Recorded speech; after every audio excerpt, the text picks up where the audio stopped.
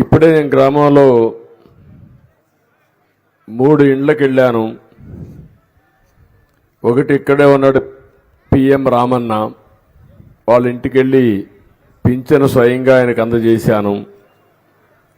రెండోది పక్కనే కూర్చొని ఉంది ఓబుళమ్మ, ఆమెకి వితంతో పింఛను ఇచ్చారు, వాళ్ళ ఇంటికి వెళ్ళి ఆవిడికి నేరుగా అందజేశాను.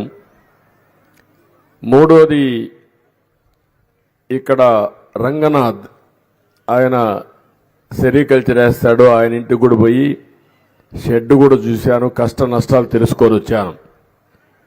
ఈ ముగ్గురికి ఒక అవకాశం ఇద్దాం, వాళ్ళు మాట్లాడిన తర్వాత నేను విషయాలన్నీ మీతో మాట్లాడతాను. మొట్టమొదటిసారిగా ఓబుల మన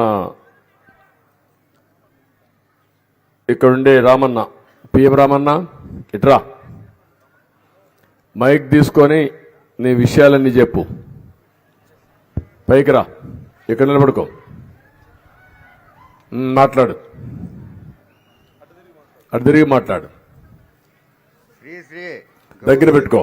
శ్రీ గౌరవనీయులైనటువంటి రాష్ట్ర ముఖ్యమంత్రి అయినటువంటి నారా చంద్రబాబు నాయుడు మన గుండుమల గ్రామానికి వచ్చేసి మాకందరికీ మనస్ఫూర్తిగా సంతోషపరిచి ఓల్డ్ పింఛన్ దుడ్లు అందరికి ఇంటింటికి పోయి ఇచ్చేసి అందరినీ ఆనందపరిచిన ఉగాదిగా, చంద్రన్న పండుగగా ఈ పంచాయతీ అంతా ఒక ఆనంద భైరవిగా ఆనంద ఉత్సాహాలతో వైభోగంతో చేసినందుకు మాకంతా మనస్ఫూర్తిగా వందించే సంతోషమైనది. ఇట్లిచ్చిన వారికి మీకు సంతోషం. ఇప్పుడు వారిని చూస్తే మీకు రామన్నకి 2 మగపిల్లలు, ఒక కూతురు. కూతుర్ని పగ్రామంలో ఇచ్చాడు.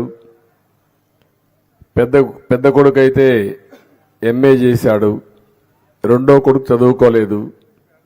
పెద్ద కొడుకు అబ్బాయి కూడా, వాళ్ళ భార్య కూడా బీఈడి చేసింది, డిఈడి చేసింది, ఇక్కడ ప్రైవేట్ స్కూల్లో టీచర్గా పనిచేస్తూ ఉంది.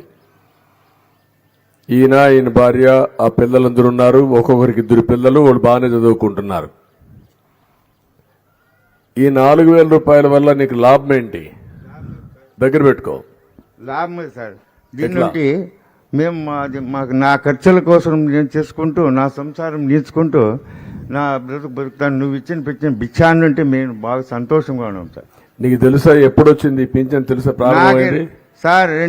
ఫస్ట్ వచ్చింది 200 రూపాయలతో నుండి నాకు పింఛన్ వస్తాను సార్. 200 రూపాయలు ఇచ్చినోడు నీవే, ఒక అందమైనటువంటి ఒక ఇల్లు ఇచ్చినోడు నీవే, 1000 రూపాయలు ఇచ్చినోడు నీవే, తిరగా 2000 ఇచ్చినోడు మహానుభావుడు నీవే, తిరగా 7,000 ఇచ్చి మహాయుభోగంగా అద్భుతమైనటువంటి సంభ్రమంగా చంద్రన్న పండగగా సాటిన వాడు మహా దయానందుడు అయినటువంటి నీవే. ఇప్పుడు మాకు మనస్ఫూర్తిగా 4,000 రూపాయలు ఇచ్చిన దయాసాగరుడు నీవే స్వామి. Thank you.